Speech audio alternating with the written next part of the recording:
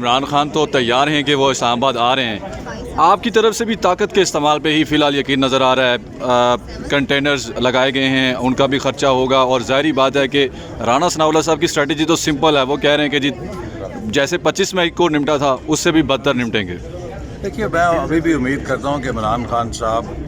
پاکستان کے ان کروڑوں لوگوں کی حالت پہ رحم کریں گے جو سندھ اور بلوچستان میں اس وقت ہماری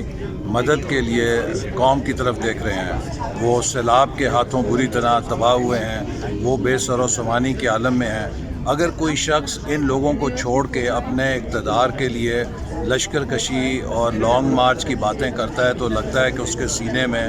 انسان کا نہیں پتھر کا دل ہے۔ اس وقت تو ہم سب کو، پوری قوم کو مل کے سیلاب زدگان کی مدد کرنی چاہیے،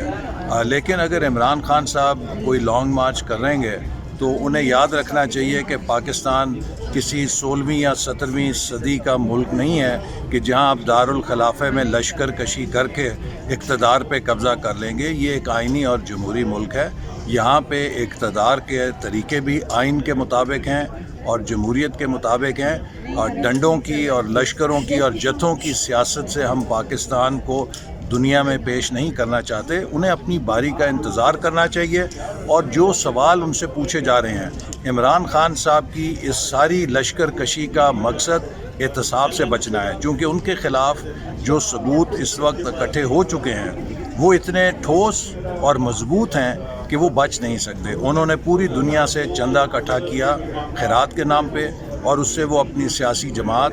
اور اس سے اپنی تشہیری مہم چلاتے رہے۔ اس کے ناقابل تردید ثبوت FIA کے پاس آ چکے ہیں، فائنینشیل ٹائمز بھی ان کو پیش کر چکا ہے۔ کیا وجہ ہے کہ شہباز شریف صاحب نے تو ڈیلی میل کے خلاف فوراً مقدمہ کر دیا، آج تک عمران خان صاحب فائنینشیل ٹائمز کے خلاف دعویٰ نہیں کر سکے کہ اس نے ان کے خلاف کوئی جھوٹی خبر دی ہے؟ اس کی وجہ یہ ہے کہ انہیں معلوم ہے کہ اگر انہوں نے یہ دعویٰ کیا تو پوری دنیا کے سامنے ان کی اصلیت کھل جائے گی۔ اس لیے عمران خان صاحب ملک کا امن تباہ کرنے کی بجائے ان سوالات کا قانون کے اداروں کو جواب دیں جو ان سے پوچھے جا رہے ہیں۔ احسن صاحب، ان کا یہ الزام ہے کہ آپ کو NRO 2 دیا جا رہا ہے، مریم نواز صاحبہ کی لندن واپسی، اور نواز شریف صاحب بھی اب کہہ رہے ہیں کہ جی میرے خلاف جو سزا ہے وہ توقع کر رہے ہیں کہ وہ بھی واپس ہونی چاہیے، قانون کالا تھا، فیصلہ بھی کالا تھا، صرف قانون کالا نہیں ہے۔ اصلیت تو یہ پروپیگنڈا جو ہے نا، NRO تو خود عمران خان صاحب خود کو دے کر گئے ہیں، اور وہ ایسے قوانین پاس کر کے گئے تھے جس سے ان کی کابینہ کے فیصلوں کو چیلنج نہیں کیا جا سکتا تھا، جس سے وہ 50 ارب روپیہ جو برطانیہ سے انہوں نے لا کے غیر قانونی طور پہ ایک پرائیویٹ شخص کو دے دیا جو حکومت پاکستان کے اکاؤنٹ میں جمع ہونا چاہیے تھا، اس سے ایک بند لفافے میں کابینہ سے منظور کرایا، اس کو جو تحفظ دے کر گئے ہیں وہ NRO ہے جو خود کو وہ دے کر گئے ہیں۔ ہمارے مقدمے، میرا مقدمہ اسلام آباد ہائی کورٹ سے نئے قانون کے تحت نہیں،